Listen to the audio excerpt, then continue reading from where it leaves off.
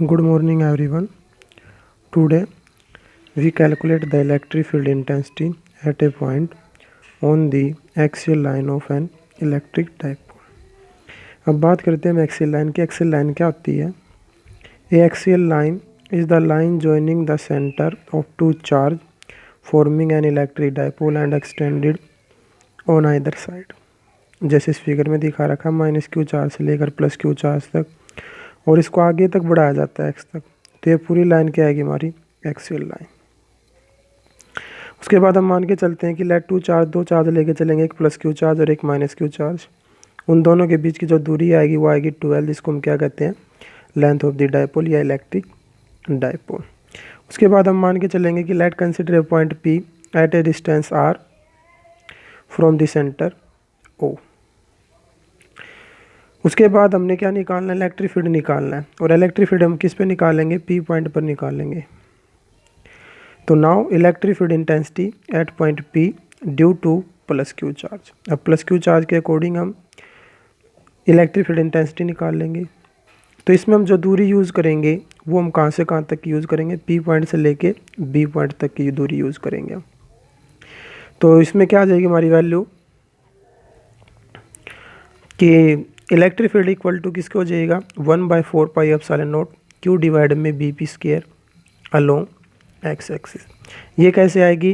Coulomb law में हमने पढ़ा है कि एफ इक्वल टू किसके होता है? 1/4 pi epsilon not Q1 Q2 divide में आर स्क्वायर। अब यहाँ से हमारा जो इलेक्ट्रिक फील्ड है वो किसके बराबर होता है? एफ डिवाइड में क्यू। तो इसकी वैल्यू पुट करेंगे हम, तो एक चार्ज कट जाता है, एक बच जाता है, इसलिए ये वैल्यू आ जाएगी हमारी। जो यहाँ पर बी पी है वो बी पी हमारी क्या शो करेगी? दूरी को। पी पॉइंट के और प्लस क्यू चार्ज के बीच की दूरी हमारी क्या आएगी? बी पी आएगी। अब हम as it is equal to 1/4 pi epsilon naught as it is, charge हम एज इट इज़ यूज़ कर लेंगे क्यू, डिवाइड में दूरी यूज़ करेंगे हम।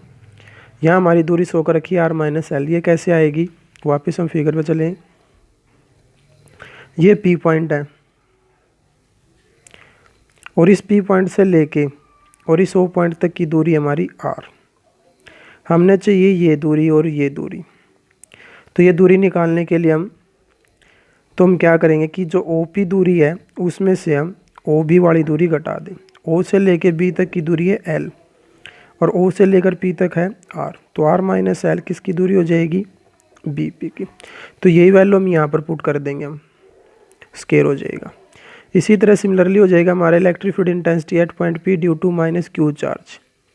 तो यहाँ से हमारा इलेक्ट्रिक फील्ड किसके बराबर आ जाएगा? 1/4 pi epsilon naught q divide में ए पी स्क्वायर। यहाँ पर जो दूरी आएगी वो ए पी आएगी। पी पॉइंट पे तो हम निकाल रहे हैं, और जो ए पॉइंट आएगा, ये पॉइंट कौन सा आएगा? जहाँ पर हमारा माइनस क्यू चार्ज है अलोंग एक्स एक्सिस के। तो यहाँ से फिर वही वैल्यू आएगी 1/4 pi epsilon naught Q as it is. यहाँ पर हम फिर क्या यूज़ करेंगे? आर प्लस एल और इसका स्क्वायर। ये कैसे आएगा? वापस फिगर पे देखेंगे। जैसे मान लीजिए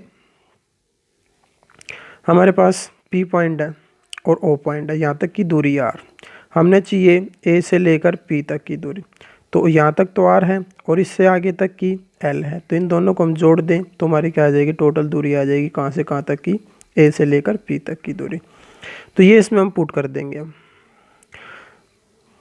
ठीक है। ये आ जाएगी हमारी वैल्यू। यहाँ पर ये साइन दे रखा है, इसमें ये प्लस का आएगा, ये प्लस हो जाएगा। अब बात देखते हैं हम किस चीज़ की, कि जो आई दे रखे हैं ये शो कर रखे हैं कि एक्स एक्सिस नेगेटिव के अलोंग दे रहे हैं, वाई के अलोंग दे रहे हैं, जेड के अलोंग ले रहे हैं। तो इसका हमें कोई फर्क नहीं पड़ता है, हम लगाएं चाहे ना लगाएं कोई दिक्कत नहीं इस चीज़ की। तो इसको आप हटा सकते हो यहाँ से, तो ये लगाने की आपने कोई आवश्यकता नहीं है। उसके बाद फिर हम यूज़ करेंगे according to principle of superposition. Superposition principle के अकॉर्डिंग क्या होता है कि जैसे हम कोई भी टोटल चीज़ निकालते हैं, चाहे वो टोटल फोर्स निकाल लें, हम टोटल इलेक्ट्रिक फील्ड निकाल लें, वो किसके बराबर होता है? सम ऑफ द इंडिवाइडेबल इलेक्ट्रिक फील्ड या इंडिवाइडेबल चार्ज।